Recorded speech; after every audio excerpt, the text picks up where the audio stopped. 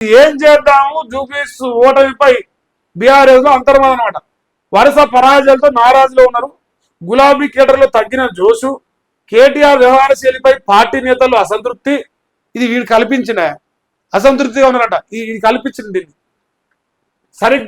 ఆయన సరిగ్గా లీడ్ చేయలేకపోతున్నారనే భావన, కేసీఆర్ ఫామ్ హౌస్ కే పరిమితం అవడం పైన ఆందోళన, ఆ పెద్ద లీడర్లకే టైం ఇస్తూ కేడర్ను పట్టించుకోవడం లేదని ఆవేదన, తీరు మార్చుకోకుంటే వేరే దారి చూసుకునే యోచనలో నేతలు. బైపోల్ రిజల్ట్ విషయంలో కేటీఆర్ పై కేసీఆర్ అసంతృప్తిగా ఉన్నారు.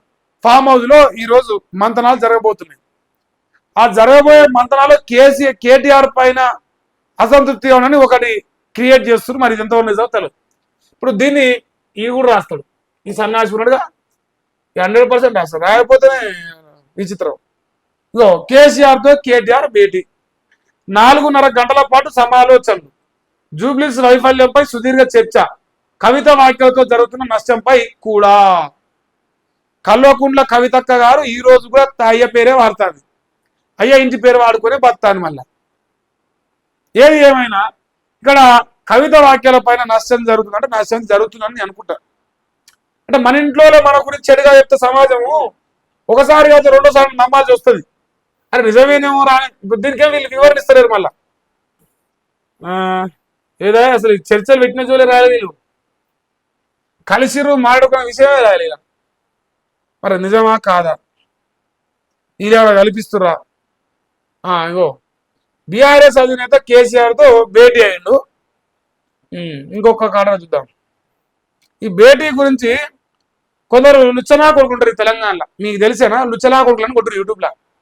ఓ లుచ్చనా కొడుకు ఇద్దరు వస్తారు, ఓ నలికుట్లోడు, ఓ నపతట్లోడు.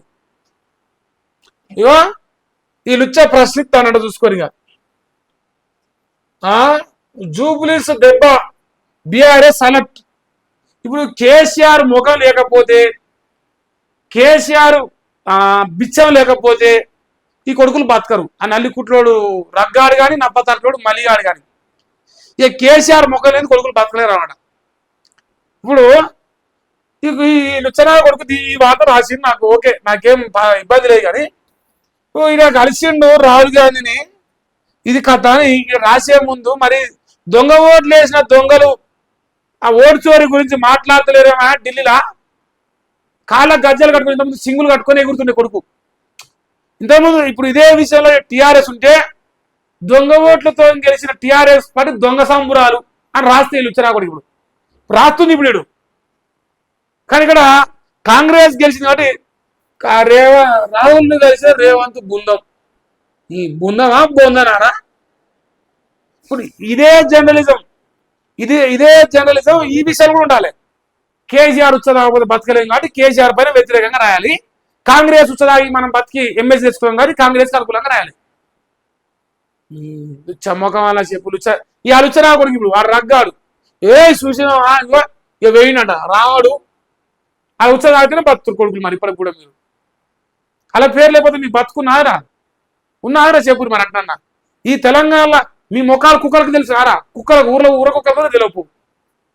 కేసీఆర్ ముఖం పెట్టుకొని బతికిరు కొడుకులు. ఇవాళ కూడా అదే ముఖంతో బతుకుతారు.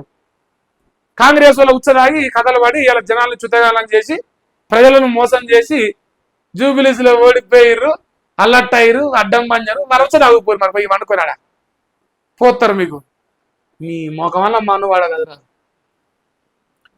ఏంది జిల్లాలో పర్యటనకు ఆదేశమట. ఇక స్థానిక ఎన్నికలు పార్టీ నేతలు చేకారకుండా జాగ్రత్తలు. చూసినారా ఈ కొడుకు రాతలు? ఉన్న ఎమ్మెల్యేలు కాపాడుకుంటే చాలనే భావంలో బారాస. ఫిరాయింపు కేసు ఉప ఎన్నికల టాపిక్ పై గప్సుపు. మనం ఈడ గప్సుపు అయిందిరా. ఈడ ఓడ్చోర్ లత్కోర్ ఓడ్చోర్ గురించి మాట్లాడే లత్కోర్లు మరి జూబ్లీస్ చేసిన ఓడ్చోర్ గురించి మాట్లాడేది ఏమైంది అని అడిగినావురా? రాహుల్ చౌబు పండుకోపో మరి అడుగు.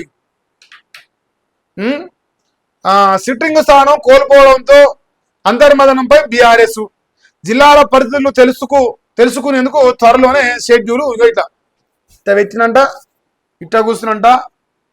ఒరే ఇది జర్నలిజం కాదురా, బ్రోకర్. అంటారు కదా జర్నలిజంలో వ్యభిచారి. ఇది ఇది ప్రశ్నించే గొంతు అంటారా ఈ నోట్ల మన వాళ్ళ దీన్ని ప్రశ్నించమంటారా బోకర్గా? దాన్ని ప్రశ్నించమన్నారు రా, ఉచ్చదాగం అంటారు. ఉచ్చలు తాగే గొంతు కానీ పెట్టుకోమన్న అటన్న రోషమని వస్తే ఇప్పుడు కలమాను వాడ ఏం మనిషిరా నువ్వు. సిగ్గిలాజ్ ఉండవు ఏమన్నా. మానవ జన్మ ఎత్తినప్పుడు సిగ్గిలాజ్ ఉండాలి.